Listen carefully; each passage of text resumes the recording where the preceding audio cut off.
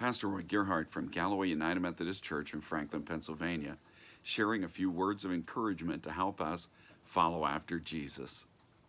The verse of the day that popped up on my YouVersion Bible app is 2 Corinthians chapter 9, verse 7. This is a verse that says that each of us needs to think about, make a decision about what to give, and do it without, being coerced or shamed or anything like that, but instead to do it with a cheerfulness, because God loves a cheerful giver. Well, that verse drew me in, and I looked at the fuller context where it sits in the chapter, and realized what's going on is that there is a fundraising campaign to try to help out people in one area in the church, and Paul's going around and raising a collection. Now he's sent a message ahead to the Corinthians so that they are ready. And he says in this message to them, I've been really bragging about you, talking you up to these people with me. And so I wanted you to be ready for this offering that we're taking up. So that you won't be embarrassed. And I won't be embarrassed after talking you up so big. But that's not his only concern. He's not just worried about this being a big offering so that, all of them are, able to be proud of what they've done. He says to them, I want you to be able to think about this. I don't want to just show up and have you feel coerced into giving. And he also doesn't want them just caught up in the emotion of the moment, in the excitement of it all, just, throwing down some big offering to make a show. He wants them to think about it, and that's the meaning of this verse. I want you to make a decision about what you want to give. I want you to do that, by being able to process that out with God, so that you're not doing it out of fear or shame or out of just some emotional impulse. But I want you to give it with a real heart of generosity, because God loves a cheerful giver, somebody who has really bought in, really embraced this with forethought, because there's a real power and strength to our lives. It's transformative to our hearts and to our minds and to the way that we live.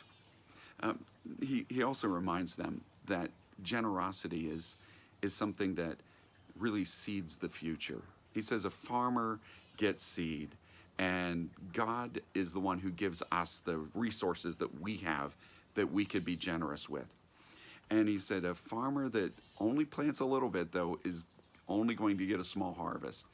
So that if you sow generously, then you can also reap generously. There's a potential for so much more to come in the harvest. And so that he's encouraging them to be generous in their hearts and in their lives. It reminded me a little bit of a story that my grams used to tell about one of my grandfathers. And this was a long time ago. And she said that one year there was a late frost, and it just killed everyone's crops. There were just so many things lost. And she said my grandfather, though, went out and was replanting his corn on the 4th of July. Well, that's ridiculously late. No one thought he would be able to get a harvest from that. In fact, lots of people, she said, mocked him for it and said he was wasting his time. But he went ahead and planted it anyway, and lo and behold, he got a harvest. There was a late fall, and he got a great harvest from that field. Now, it wasn't enough corn to really, serve all of his needs or the needs of everyone around him. Really, what it did was it provided a base of much more seed corn. And so instead of just using this corn for his own benefit and for his own gain by eating it or feeding it to his animals, people would show up and ask him for some. And he would share with them a sack of corn. But he made them promise that they would not eat it or feed it to their animals, but that they would hold onto it as seed corn, that they would plant it the next year. You see, the benefit of what he had done wasn't immediate. It wasn't something just to feed his face or to feed his animals. It was something that provided the basis then of a much bigger blessing that was going to take time. He was willing to plant that seed for himself and for others. And they, in turn, had to plant that seed with generosity in order to have a bigger harvest in the future. That's the way that God is leading you and me, to take the resources he gives us, the gospel message and everything that goes with it in our lives, and to plant it generously so that there can be a much greater harvest, more than just ourselves being saved. So many others will be saved as well. May God bless you today, and as you share his good news, may God make you a blessing wherever he takes you.